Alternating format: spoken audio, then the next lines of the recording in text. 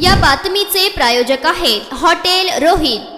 सोलापूर 18 डिसेंबर 2024 अल्पसंख्याक हक्क दिवस म्हणून जिल्हा नियोजन समितीच्या जिल्हाधिकारी कार्यालय सोलापूर येथे सकाळी 11 वाजता नियोजन भवन येथे अल्पसंख्याक समाजाची मीटिंग झाली। प्रत्येक कार्यालयाचे अधिकारी या मीटिंग मधून उपस्थित होते। पंतप्रधान यांनी अल्पसंख्याक समाजासाठी कार्यक्रम, नवीन 15 कलमी कार्यक्रम, मुस्लिम समाजचे प्रतिनिधी आपली समस्या मांडण्यात आले। या कार्यक्रमाचे अध्यक्ष अपर जिल्हाधिकारी मोनिका सिंग हे होते। प्रमुख पाहुणे म्हणून जिल्हा नियोजन समितीचे अध्यक्ष दिलीप पवार हे होते। मौलाना आर्थिक विकास महामंडळाचे बिराजदार प्राथमिक शिक्षणाधिकारी अब्दुल कादर शेख मुलानी, सोलापूर जमियत उलमाचे अध्यक्ष मौलाना इब्राहिम काश्मी, मौलाना हरीश, आसिफ नदा, फारुक मटके, जहांगीर बिजापूर, इरफान शेख, रियाज मोमीन, याकूब यमार, तालुक्यातील जिल्ह्यातील अल्पसंख्याक समाजाचे प्रतिनिधी आपले प्रश्न उपस्थित केले। याचा आढावा घेतलाय आमचे पत्रकार गफूर सौदागर यांनी।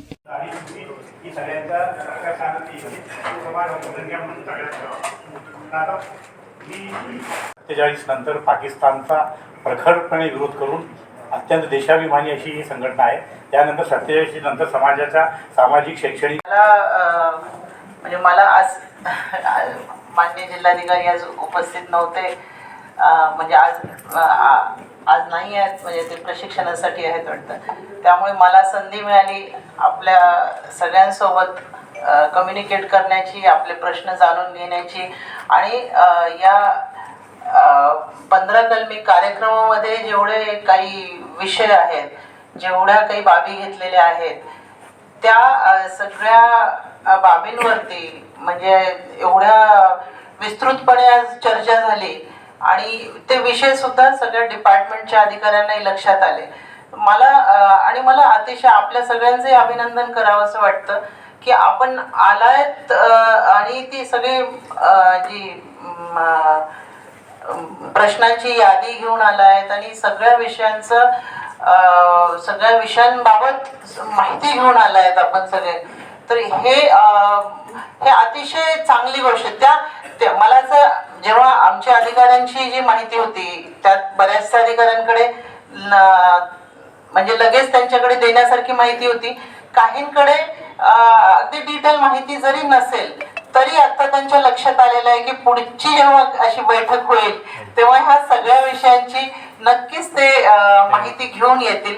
आणि दुसरं मला हेही म्हणायचं आहे की ती आपली प्रशासनाची बाजू असेल, आपली बाजू असेल, आता जे प्रशासनाकडून जी अपेक्षा आहे म्हणजे गव्हर्नमेंटचा जो कार्यक्रम असतो की शासन आपल्या दारी असेल किंवा म्हणजे लोकांपर्यंत पोहोचण्याचं जे शासनाचा प्रयत्न असतो सर्व विभागांमार्फत, तर तो याच्यासाठी असतो की तत्परतेने जे काही लाभ आहेत किंवा ज्या काही योजना आहेत त्याच्या बाबतची माहिती लोकांना पोहोचावी, त्यांचे जे प्रश्न आहेत ते डायरेक्टली तिथल्या तिथेच ते सॉल्व्ह करता यावेत। तर त्या अनुषंगाने आजची सुद्धा बैठक जी आहे मला असं वाटतं की बऱ्यापैकी ही म्हणजे ही यशस्वी झालेली आहे, कारण सगळ्या विभागांना सुद्धा ते प्रश्न कळलेले आहेत। आणि जे तुम्ही सांगितलं की एखादी तशी समन्वय समिती करता येते का, तर त्याविषयी सुद्धा माननीय जिल्हाधिकारी महोदयांना मी नक्की याविषयी सांगेल की असं काही आपल्याला करता येईल का, कारण हे जे विषय आहेत तुमचे व्यापक म्हणजे सगळेच जे विषय आहेत ते व्यापक स्वरूपाचे आहेत। आणि निश्चितच आता सध्या म्हणजे मला असं म्हणायचं की 10 वर्षापूर्वीचं प्रशासन आणि आत्ताच्या प्रशासनात काय फरक झाला असेल, तर आता आपण म्हणजे लोकांकडून सुद्धा, कारण सोशल मीडिया आहे, इतर तुम्हाला ऑनलाईन शासनाची सगळी माहिती लगेच उपलब्ध होते, तर ही कार्यतत्परता जी आहे ती प्रशासनाकडून सुद्धा तेवढीच अपेक्षित आहे, लवकर होणं। तर आता एक जण जे आपल्यापैकी बोलले ते की बऱ्याचदा असं होतं की आपण समस्या मांडतो आणि एखादी पर्टिक्युलर समस्या असेल तर ती थोडासा पाठपुरावा जो आहे होऊ शकतं की अधिकाऱ्यांना कामाअभावी त्यांनी एखाद्या विषयाबाबत तो विषय मागे पडला असेल, पण तुम्ही सुद्धा तेवढीच सकारात्मक ती भूमिका घ्या की आपल्याला तो विषय मार्गी लावायचा आहे. तर ज्या स्तरावर एखादं काम होत नसेल तर आपण त्यांच्या वरिष्ठांना त्यांच्यापर्यंत पोहोचू शकतो का?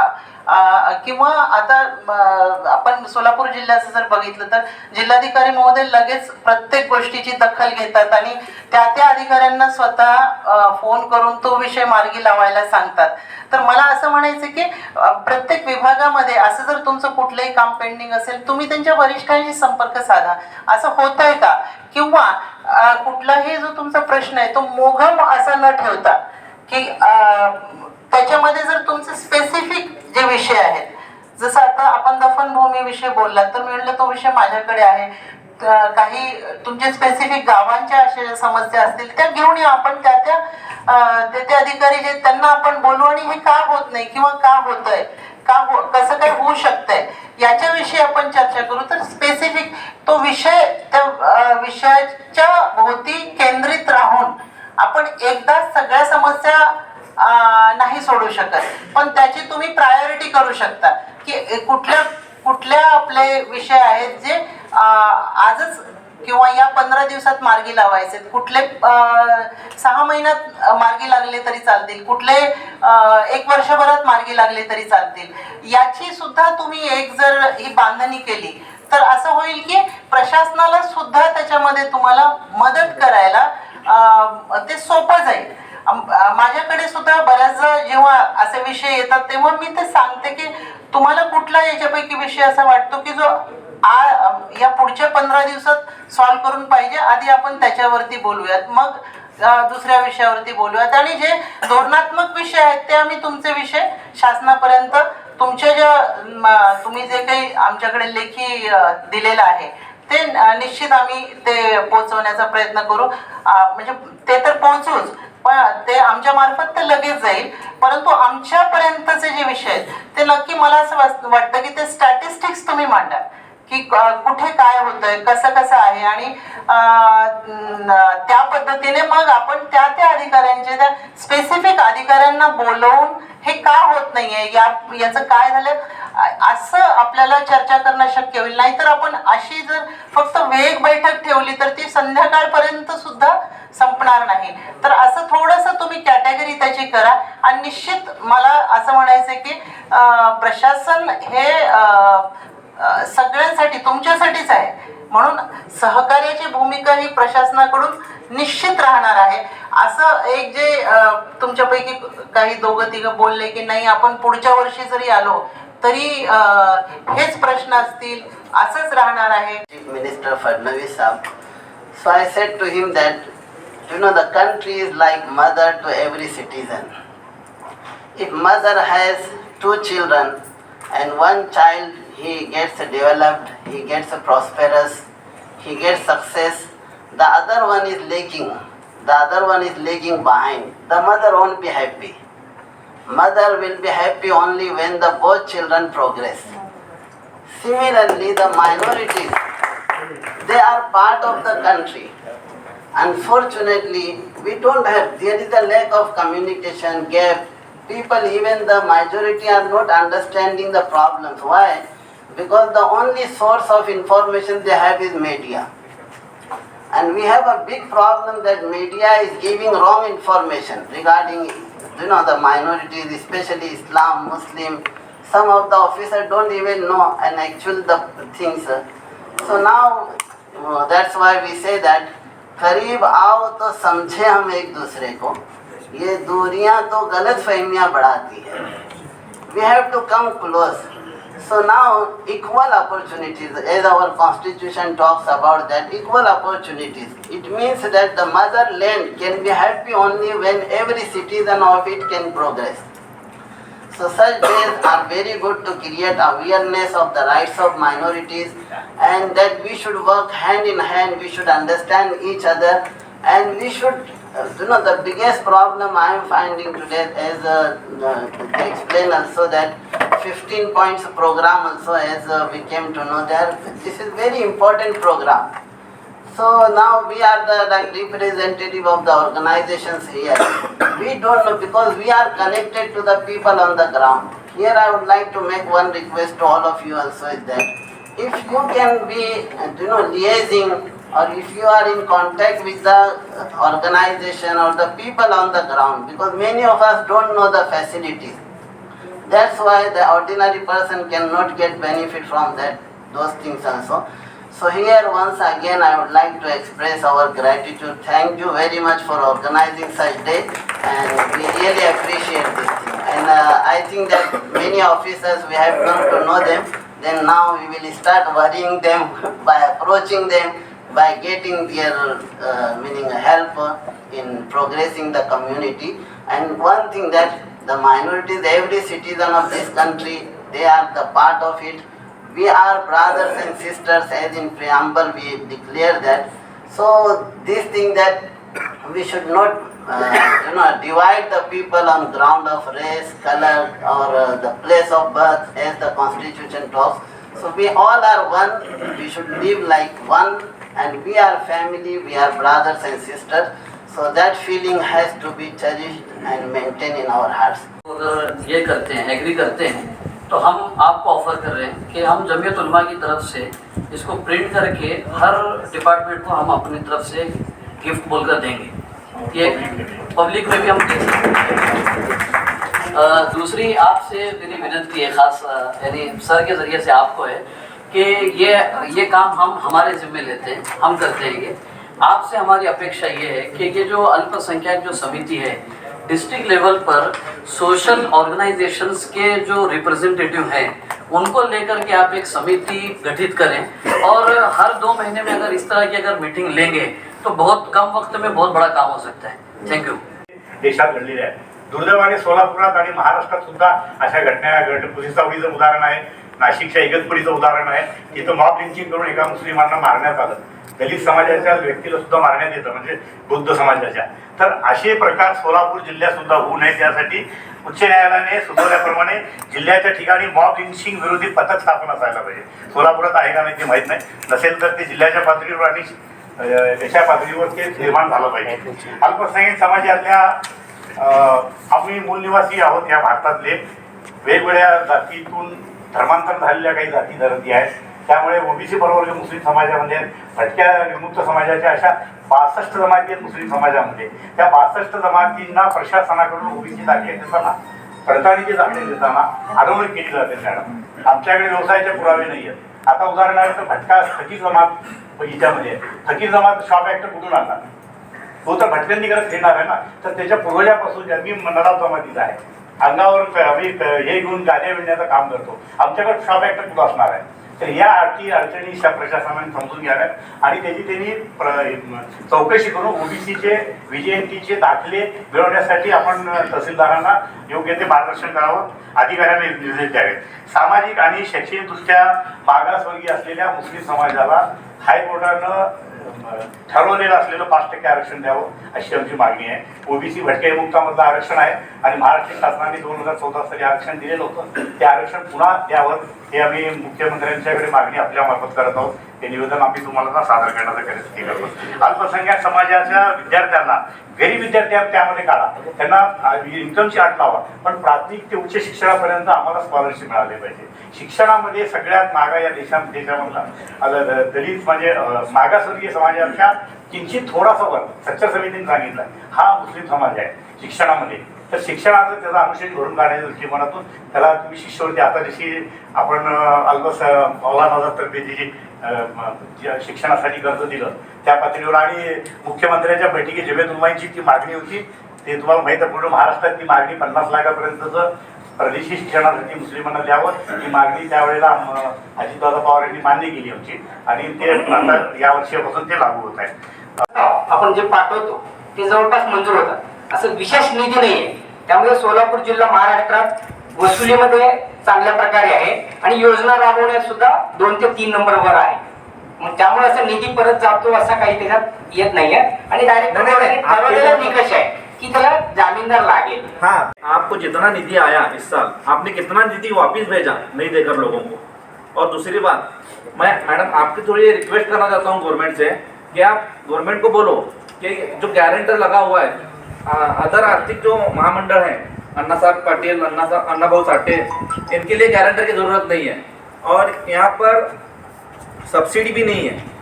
तो मैं आपके थ्रू गवर्नमेंट को रिक्वेस्ट करना चाहता हूँ कि सब्सिडी भी दिलाएं। और दूसरी चीज़ है गारंटर, जो बहुत हार्ड कंडीशन है मैडम। इवन कोई प्राइवेट फाइनेंस कंपनी आसानी से देती है पैसा, लेकिन इनके पास जाएगा तो उतना चक्कर मार के नहीं मिलेगा पैसा। तो मैं आपसे एक क्वेश्चन है सर कि आपने कितना निधी वापस भेजा इस साल? एक बौद्ध पारसी जैन मुस्लिम ख्रिश्चन, तर तालुका म्हणजे ग्रामीण भागात 10 लाख आणि शहरात 15 लाख, सोलापूर जिल्ह्यात एक 15 लाख रुपये 20 लाख रुपये निधी मिळते। तर गेल्या 3-4 वर्षामध्ये पाठपुरावा करून संघटना व्यवस्थेला 58 लाख रुपये निधी 3 वर्षात मंजूर केलाय। तर मान्य कलेक्टर साहेब जी आशीर्वाद यांनी प्रस्ताव आल्यानंतर ग्रामीण भागातून सही केल्यानंतर त्या ठिकाणी पंढरपूर शहरात कब्रस्तानमध्ये जे सभा मंडप, स्मशानभूमीमध्ये म्हणजे हाय मास्टर वगैरे काय सोयी सुविधा केलेला आहे। तर त्यानंतर गेल्या 4 वर्षापासून मी एक निवेदन देऊन पाठपुरावा करतो। ते विषय असा आहे की अल्पसंख्याक दिवस फक्त कलेक्टर ऑफिस म्हणजे जिल्हाधिकारी कार्यालय या ठिकाणी साजरी करत होते। त्या निवेदनमध्ये विषय असा होता माझा की पंढरपूर म्हणजे सोलापूर जिल्हाधिकारी कार्यालयामध्ये साजरे होत असताना तालुका आणि ग्रामीण भागात जी प्रांत कार्यालय आहे, नगर परिषद आहे, शाळा महाविद्यालय या ठिकाणी साजरी करावा असे निवेदन मी गेल्या कांबळे साहेब यांना निवेदन दिले होते। तर ह्या वर्षी माननीय साहेबांनी म्हणजे कांबळे साहेबांनी एक परिपत्रक काढले की शाळा महाविद्यालयामध्ये अल्पसंख्याक दिवस साजरी करण्यात यावा असे परिपत्रक काढले। त्यांचा खूप आभार मानतो संघटना। विद्यार्थी संख्या जर बघितली तर दिवसेंदिवस कमी होत चाललेली आहे। त्याचं मुख्य कारण असं आहे की आपण 1ली ते 7वी शिक्षण देतो, परंतु त्यांना आपण ग्रामीणमध्ये जर गेलं तर आकडेवारी जर आपण बघितली तर जिल्ह्यामध्ये प्राथमिक शाळा जर 100 असतील तर माध्यमिक शाळा 5 ते 10च आहेत मॅडम। मग हे 1ली ते 7वी शिक्षण घेऊन 8वीचे विद्यार्थी कुठं जायचं हा प्रश्न आहे पालकांसमोर पहिला प्रश्न। तर तिने 7वीपर्यंत उर्दूमध्ये शिक्षण घेऊन 8वीमध्ये तिने मराठी माध्यमाचं शिक्षण घ्यायचं का हा पहिला मुद्दा आहे। आम्ही लास्ट वेळेस मला वाटतंय वर्षा गायकवाड मॅडम असताना आम्ही मुश्रीफ साहेबांच्या माध्यमातून मंत्रालयामध्ये एक प्रस्ताव दिला होता, ज्या शाळा 1ली ते 7वी आहेत उर्दू माध्यमाचे किंवा केंद्रस्तर किंवा तालुका स्तरावर किमान 5 शाळांची त्यांनी माध्यमिक शाळांची निर्मिती करावी असा आमचा मुद्दा होता। कारण काय आपण आज बघितलं तर 1ली ते 7वी आपण शिक्षण घेतो, जेव्हा RDO ऑफिसला जर आपण लायसन काढण्यासाठी जर जातो किमान 8वीचं शिक्षण पाहिजे त्यांना। तर असं कुठंच नाही मॅडम। तुम्ही जिल्ह्याचा तुम्ही आढावा घ्या, प्राथमिक शाळा किती आहेत, माध्यमिक शाळा किती आहेत। रेशो मेन असा आहे मुद्दा, अल्पसंख्याक समाज मुस्लिम समाजाचे विद्यार्थी कमी व्हायला लागलेत विद्यार्थी संख्या। तर त्यांचा असा डोक्यात बसलेला आहे की 1ली ते 7वीपर्यंत शाळा शिकल्यानंतर पुढे शाळाच नाही ना, ते तिने जायचं कुठं हा महत्त्वाचा मुद्दा आहे। हा जो मुद्दा आहे ना मॅडम अल्पसंख्याक समाजासाठी प्रगतीसाठी हा फार महत्त्वाचा मुद्दा आहे। आम्ही शासनाच्या माध्यमातून हा मुद्दा आता आम्ही मागच्या 5 वर्षापासून आम्ही भांडतोय, परंतु मधल्या काळामध्ये कोरोनामुळे आम्ही तो मुद्दा जरा पेंडिंगमध्ये पडलेला आहे। परंतु आता परत शासनाकडे आम्ही परत ती मागणी करणार आहे। तुम्ही खाजगी शाळांना मान्यता द्या, हे द्या, आम्ही ते मागणी करत नाही। जे शासकीय शाळा आहेत 1ली ते 7वी जिथं किमान 50चं पट आहे, आता 5वी 7वी अनेक विस्तारित असतील साहेब पण आहेत आमचे कादर शेख साहेब, तुम्ही बघितलं ना मॅडम चांगले शाळा आहेत जिल्हा परिषदचे आणि ते शिक्षकांना एवढं कष्ट घ्यायला लागले। एक माध्यमिकची शाळा झाली मॅडम, तुम्हाला सांगतो मला वाटतं करमाळा तालुक्यामध्ये एक शाळा आहे मॅडम जिल्हा परिषदची। तुम्हाला सांगतो ते एक आमचे मित्र होते ते शिक्षक, आता वाटलं त्यांनी रिटायरमेंट झाले, अखलाक शेख कोणीतर होते, त्यांनी एवढं गणपतराव देशमुख साहेबांच्या माध्यमातून अक्षरशः शासनापर्यंत भांडून त्यांनी 8वीची मान्यता घेतलेली मॅडम। आणि दुर्दैव असा आहे तो मान्यता तुम्हाला सांगितले त्याने शासनाने दिलेला आहे, परंतु तिथं शिक्षक नाही मॅडम आजची पिढीला। पहिला मुद्दा तो स्पष्टीकरणाचा झाला। दुसरा विषय होता की 8वीच्या वर्गाच्या बाबतीमध्ये किंवा माध्यमिक उच्च माध्यमिक शाळांच्या बाबतीमध्ये मराठवाडा रिजन असेल किंवा विदर्भ असेल त्या ठिकाणी अगदी सुरुवातीपासून माध्यमिक उच्च माध्यमिक शाळा आहेत, उर्दू माध्यमाच्या आहेत, मराठी माध्यमाच्या आहेत, हिंदी माध्यमाच्या आहेत। परंतु आपल्याकडे शिक्षणाचा प्रसार अधिक असल्यामुळे पहिल्यापासून आपल्या सोलापूर जिल्ह्यामध्ये माध्यमिक शाळा सुरू झालेल्या नाहीत। सोलापूर जिल्हा परिषदेची एकच माध्यमिक शाळा गणपतराव साठे प्रशाला माढा या ठिकाणी एकच अनुदानित शाळा आहे। आणि 15 मार्च 2024चा जो शासन निर्णय याच्यामध्ये जिथं 8वीचा वर्ग आपल्याला जोडायचा आहे त्या ठिकाणी गरजेनुसार जर तिथं 30 शेवटच्या 8वीच्या वर्गाची पटसंख्या जर 30 असेल तर आपल्याला तिथं तो वर्ग जोडता येतो। तशा पद्धतीचे प्रस्ताव आपण मागवलेले होते। तर आता याच्यामध्ये शासनाने पटसंख्येची अट जर याच्यामध्ये कमी केली तर निश्चितपणानं सांगोला असेल, माढा असेल, ज्या ठिकाणी आपल्या 7वीपर्यंतच्या शाळा आहेत उर्दू माध्यमाच्या त्या ठिकाणी आपल्याला ह्या पण शाळा हे वर्ग सुरू करता येतील त्याच्यामध्ये. तर त्याच्यामुळं अंगणवाडीचा आणि जिल्हा परिषद शाळांचा हा स्वतंत्र विषय आहे. अंगणवाडीमध्ये आत्ता आदरणीय मिरकले सरांनी सांगितल्याप्रमाणे माध्यमाचा विषय येत नाही. या माध्यमाच्या अंगणवाडी नसतात. शाळा मात्र त्या माध्यमाच्या असतात.